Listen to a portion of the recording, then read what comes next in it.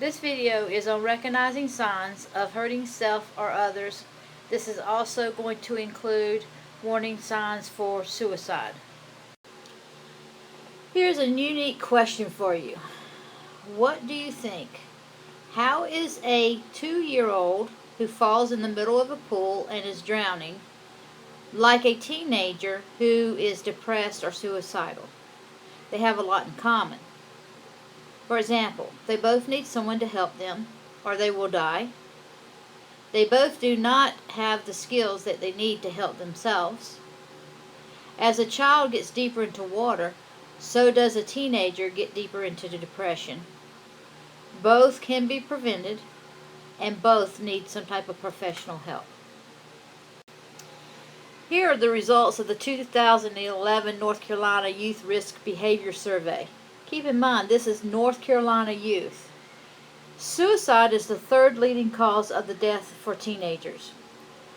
Of students from grades 6 to 8, which is your grade level, 24% of the students have felt so sad or helpless almost every day for 2 weeks or more in a row than that they stopped doing some usual activities during the past 12 months.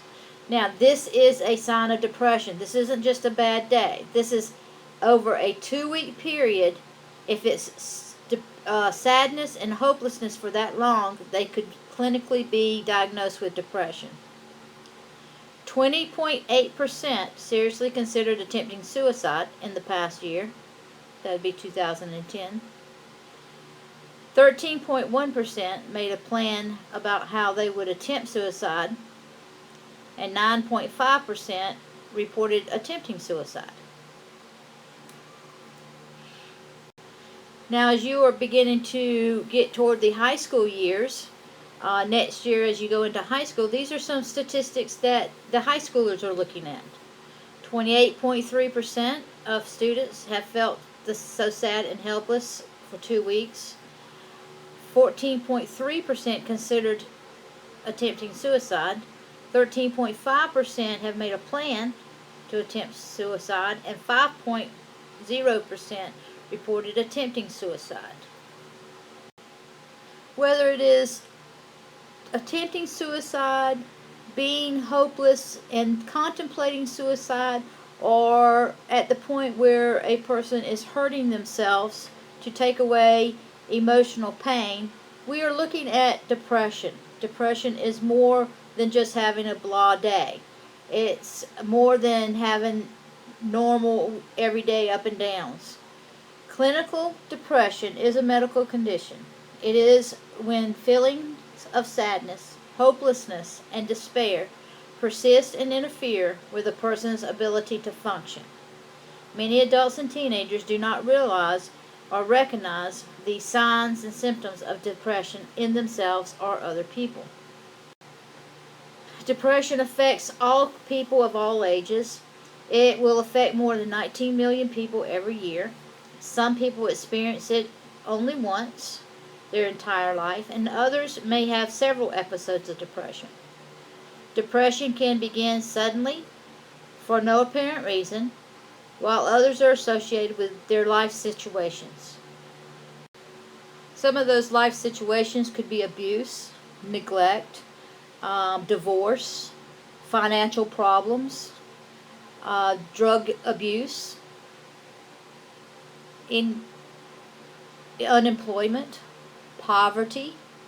Any of those things could bring depression on someone. Here are some warning signs of suicide. Insomnia, which means you can't sleep. A change in the eating pattern. Daytime sleepiness. Aggressive. Risk taker. Difficult concentrating.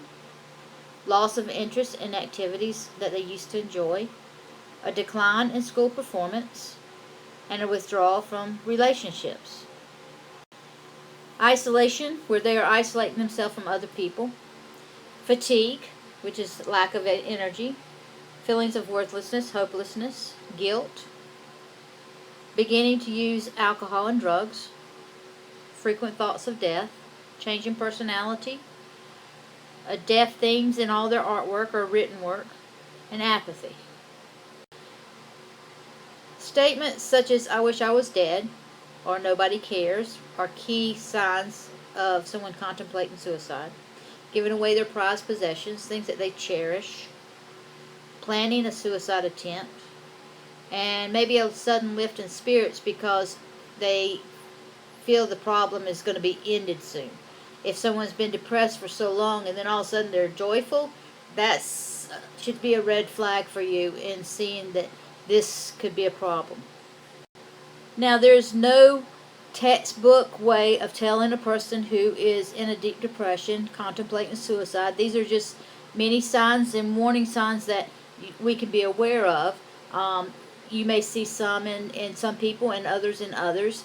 The thing that this is important is because so many kids your age are in this situation, that it is your responsibility as a friend to pick up on these warning signs. Parents are usually the last to know. Adults of any kind are the last to know or see these warning signs. One of the reasons for that is that you are a very good actor or actress. You can put on the face that you know that people want to see when you need to. You can say the right things when you know that what they want to hear.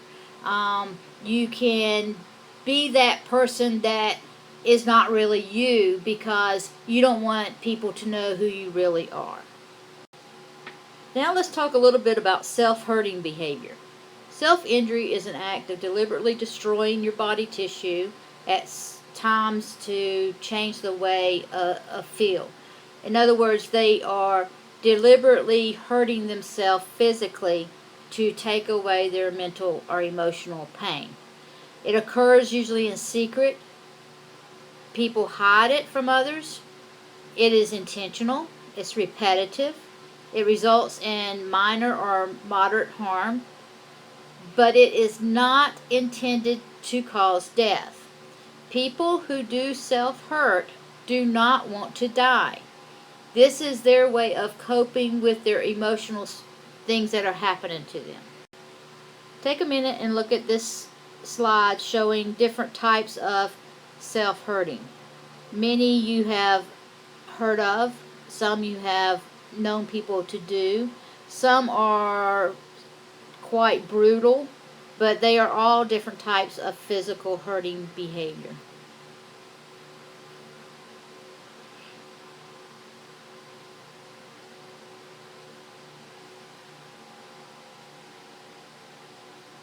So the question is, why do they hurt themselves? The first thing that pops in the average person's mind is that they're crazy. These people are not crazy. These people are trying to escape emotional pain like anger or anxiety. They release tension or stress that they may have. It is to express their feelings of loneliness or helplessness. It's an attempt to be more in control. Sometimes a person feels like they have no control over their own life, but this is the one thing they do have control over. They may not be understood by other people.